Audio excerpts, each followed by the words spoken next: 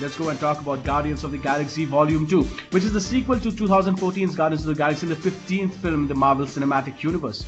The film is written and directed by James Gunn and it stars an ensemble cast featuring Chris Pratt, Zoe Saldana, Dave Bautista, Vin Diesel, Bradley Cooper, Michael Rooker, Karen Gillan, Plum Clementif, Elizabeth Debicki, Chris Sullivan, Sean Gunn, Sylvester Stallone, and Kurt Russell. And currently it's at 82% on Rotten Tomatoes. We watched the movie first day, first show. At least I did. I liked the movie. It's not like I hated it or I had any major problems with it, but I did not enjoy it as much as I would have loved to. I absolutely adored the first one. But this edition, I just can't put my finger on it, but I always felt that there was something missing. There were kind of a few jokes which were just overplayed. There were a few characters who kind of came very close to the saturation point, but that's just me. Let's go and talk to you. Arinda, what did you make of Guardians of the Galaxy? This wasn't my Marvel movie of the year by far. And I still thought that even the first part itself, it had that oversaturation of jokes in it. And I think because for some people, that was what made the movie work.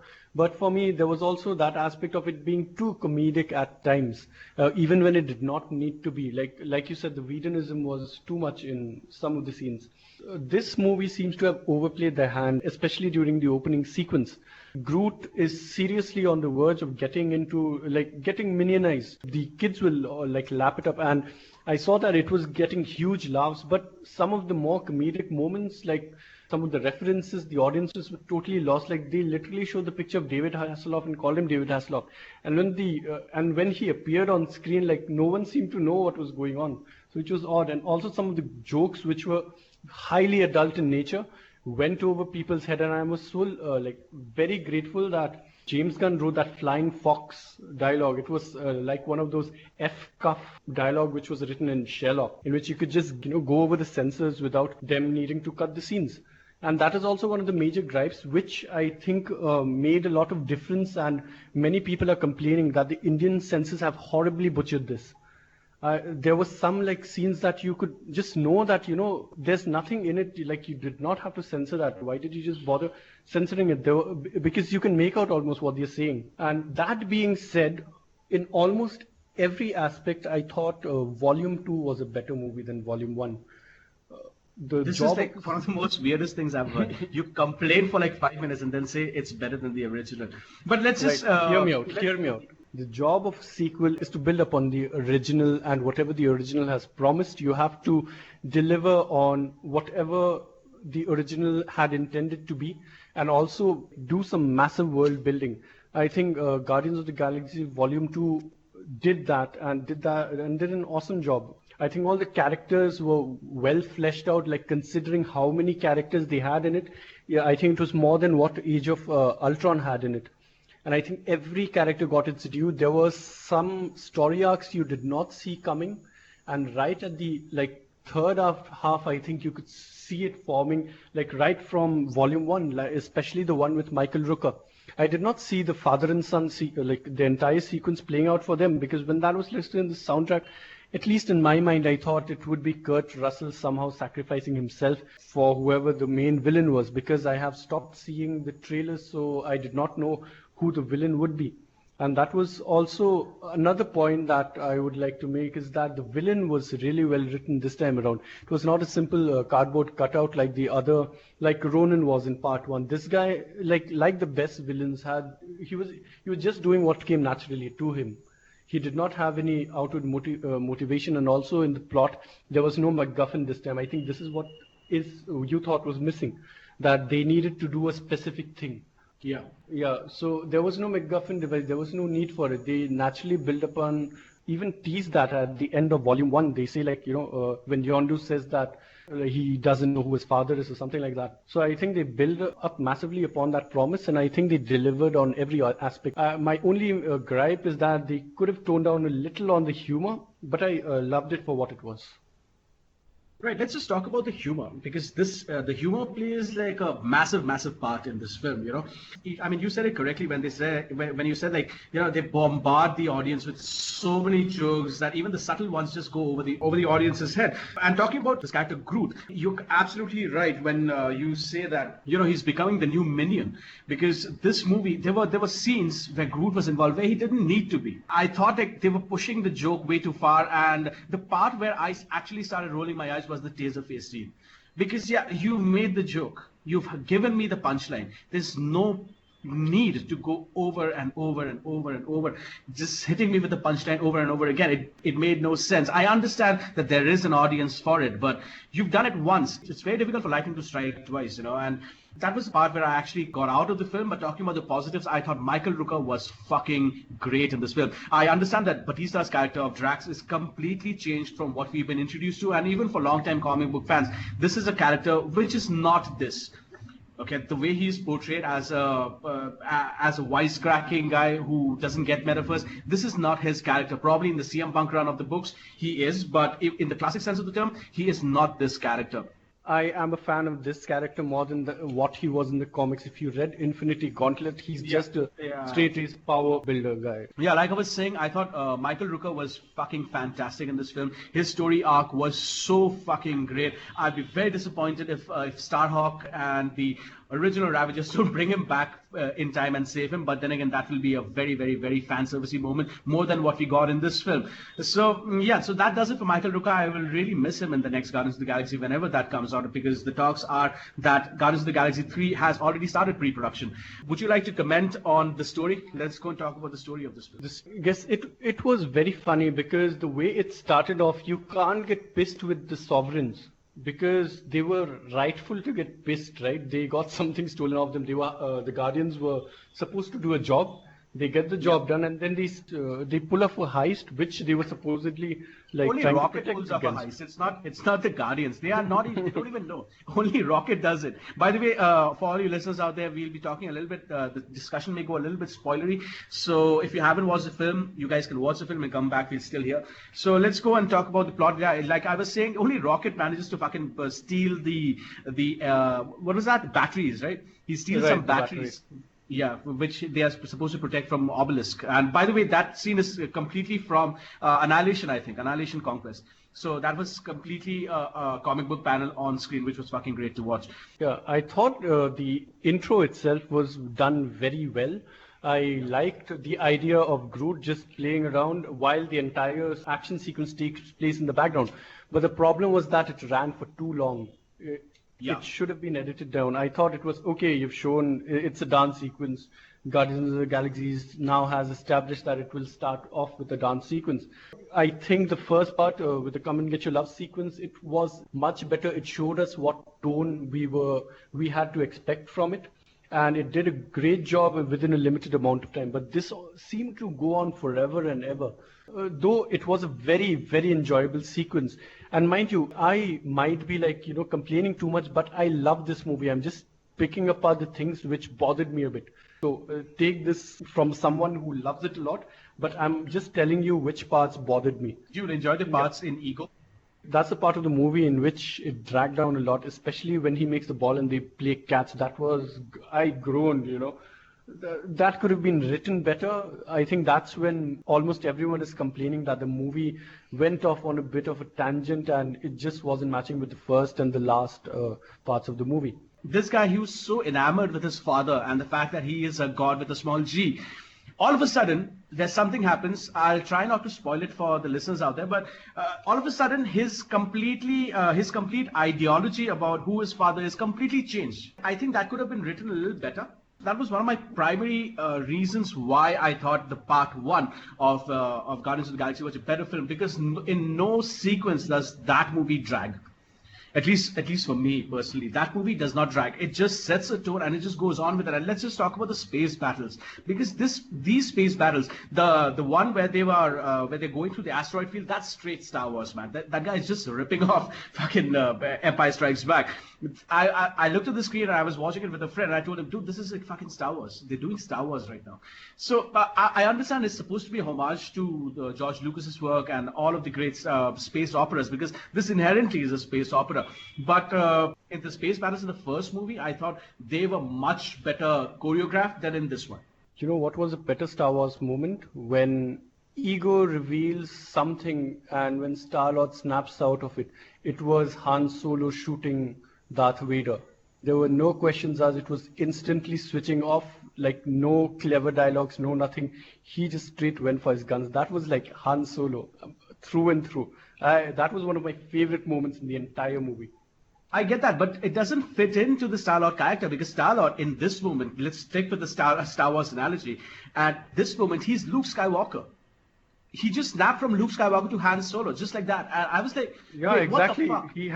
He had to, because that scene I thought was the only one which showed the character like to be like what Star-Lord was, because he, like you said, he was enamored with his father and everything, but the moment he hears what actually Ego did, he snapped out of it right through. And then he was the shoot first, don't ask questions ever character that we know and love. That was very well written. There were no clever quips, there were nothing, just straight like face your enemy. Let's just discuss the post-credit scenes. Yeah, the first post-credit scene was Sean Gunn. Please correct me if I'm wrong. I haven't written it down in front of me. The first post-credit scene was Sean Gunn playing around with Yondu's what the Arrow, fuck is that? right. Yeah, with Yondu's arrow and hitting Drax in the arm. So that was the first one. The second one was Aisha's character bringing back my boy Adam Warlock. So finally we're gonna get Adam Warlock. So let's just discuss that. Are you excited for Adam Warlock, and who would you rather cast as Adam Warlock? It's strange, but I would want Owen Wilson playing Adam Warlock. I don't know why, but I have that image seared in my head. Somehow I want to see Adam Warlock. It would be amazing. I love the Sovereign, that entire race. They're like assholes and they know it. And even in the movie itself, they were starting to, when they have the entire arcade thing going in. I thought that was brilliantly done by James Gunn. It's like total craziness. And they have, Marvel has like totally given them free rein, do pull off everything that you can. And James Gunn does bring all that body horror aspect to it as well.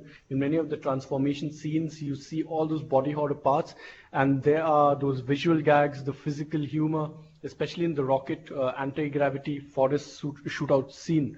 These were things straight out of cartoons. These were like visual gags which were really well done. My fan cast for Adam Warlock has to be this guy who I quite enjoy nowadays, and that is Alexander Skarsgård. He has the look for it. Thor was not cast. I would have practically cast him as Thor. So I think this guy, and he is a very good actor as well. So I think he would bring the much-needed gravitas to the role. So Alexander Skarsgård would be my bet, and I'm really excited if he would show up in Infinity Wars. But I don't think that's very unlikely that he would.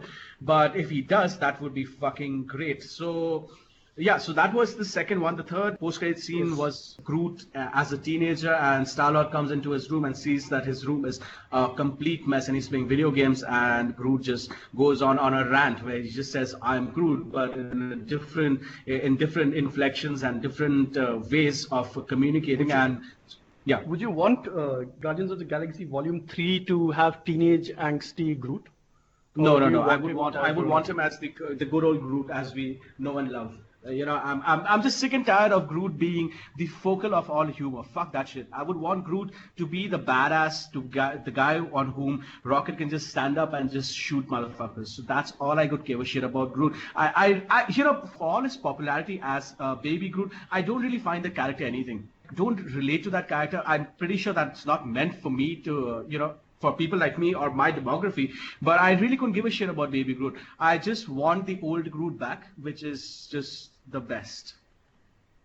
This Groot was adorable, but yeah, I think the show stealer and the best written role by far in Volume 1 as well as Volume 2 is Drax. Like, I can't believe Dave Bautista is pulling off a performance like this. If you had told me the guy who can't cut a promo. Remember that right. shit? The guy who can't cut a promo. Even when he returned, like he couldn't cut a promo to save his life, and he's like eating Chris Pratt and Michael Rooker in their scenes. Even he held his own against Kurt Russell. Imagine that. I think we'll see Teenage Groot in the Infinity Wars, and Volume 3 takes place 4 years after Infinity Wars. So I think we are going to get the oversized Groot back for Volume 3. But for Infinity War, I don't think so. Do you think they're going to appear in Ragnarok? They must, right? Because Infinity War is next. There was this sequence in the movie where they are like going through these wormholes, okay? And I thought I could have sworn that was Hulk beating on someone. Yeah, that was not Hulk. Those were like some weird-looking creatures beating up on each other. That was not Hulk. I saw that very clearly. I'm pretty sure that wasn't. Yeah, I could have sworn that was Hulk. I thought, oh fuck, they're shooting Sakaar. What the hell is going on? I don't think they would show up in Ragnarok, but I'm pretty sure one character is going to show up is Captain Marvel because so she's going to be a part of the Guardians. In Volume 3, and I think in Infinity Wars Part 3 as well. Part 2, you mean? It will be like overpopulating the team, right? Right now they have too many teams, and also let's just discuss the next part. I think the original Guardians of the Galaxy, which was teased in the post-credit scenes, even they are going to be involved in the next movie. So even if you have Captain Marvel, who has her own movie franchise going on, then I think it will be oversaturating it. I just want. You know what I feel about the old Guardians of the Galaxy? I think Thanos comes to Earth. All right, and the old Guardians of the Galaxy with Starhawk follows them with the Sylvester Stallone's team. They follow him to Earth, and he just annihilates them right then and there. And that's how Guardians of the Galaxy, the current Guardians of the Galaxy, they follow him to Earth and they team up with the Avengers. Because that's what I want to see. I really don't want to watch, as much as I love Sylvester Stallone, I worship at the man's altar.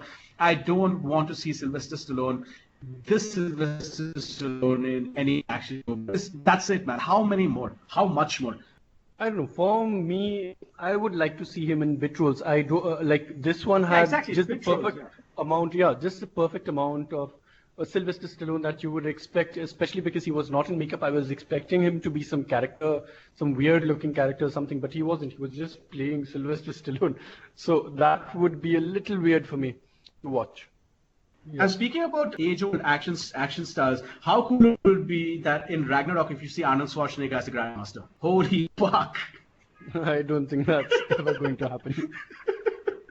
So Arnold and Sly, Kurt Russell in one franchise. The 90s kid in me is just going to shit my pants if that shit happens.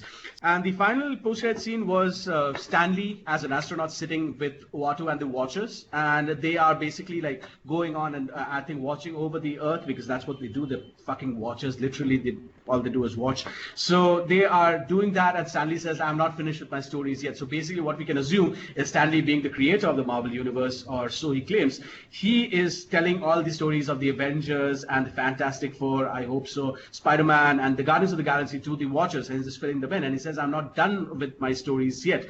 You know how clever Kevin Feige is? They do not have Uatu in the scene because Fox has the rights to Uatu. But Kevin Feige somehow loopholed the shit out of it because Fox does not have the rights to the Watchers. They have the rights to Uatu. So Stan Lee essentially is a Watcher of Earth and not Uatu, and he's just telling the other Watchers what happens because the Watchers what they do is this, they just see and never intervene. So they wrote around like brilliantly. That is I think my favorite post-credit scenes ever. I never expected one of the Watchers to see them on the big screen. And they were like straight out of the books. There were no write-arounds, there were no shittiness around it. It was like just that in their robes, in their blue and white robes, and the huge heads and the white eyes. It was just perfection. Speaking about perfect post-credit scenes, I think it's for me at least, it's very, very, very hard to top the Thor hammer, the Mjolnir, at the end of Iron Man 1, I think. At the end of Iron Man 2, I think. Okay, do you know who the guy was in the truck who was trying to pull the hammer in the movie? J. Michael Straczynski, one of the greatest writers of Thor. I did not know that. Yeah, I think J. Michael Straczynski has an amazing run on Spider-Man as well, and you guys should definitely check that out. Yeah, it's in fact in modern day, post Todd McFarlane, that is the definitive Spider-Man arc you should check out. I mean, the both of us, we grew up reading that. It will make you fall in love with that character, and the entire point of a comic book is you read it and you would want to know about the history of a particular character. So you go back and read the classic stuff, the Ditkos, the Stan Lees, and that will actually hook you onto the history of this huge character, and this is just fucking brilliant. And that brings us to the ratings. So for me personally, it would be a B plus. There was certain things which worked brilliantly, but there were parts which did not. So for me, Guardians of the Galaxy Volume 2 gets a B plus. Arindam, what is your rating? It's a solid A for me. I loved it through and through. Like I said, I enjoyed it more than the sequel for what it is. Like, there are pacing issues and some toning down that need to be done. But I'm pretty pleased with whatever James Gunn has pulled off in the universe building for the entire Marvel Cosmic Universe. And I just can't wait to see what Marvel has in store for us in the next few cosmic movies that they have lined up.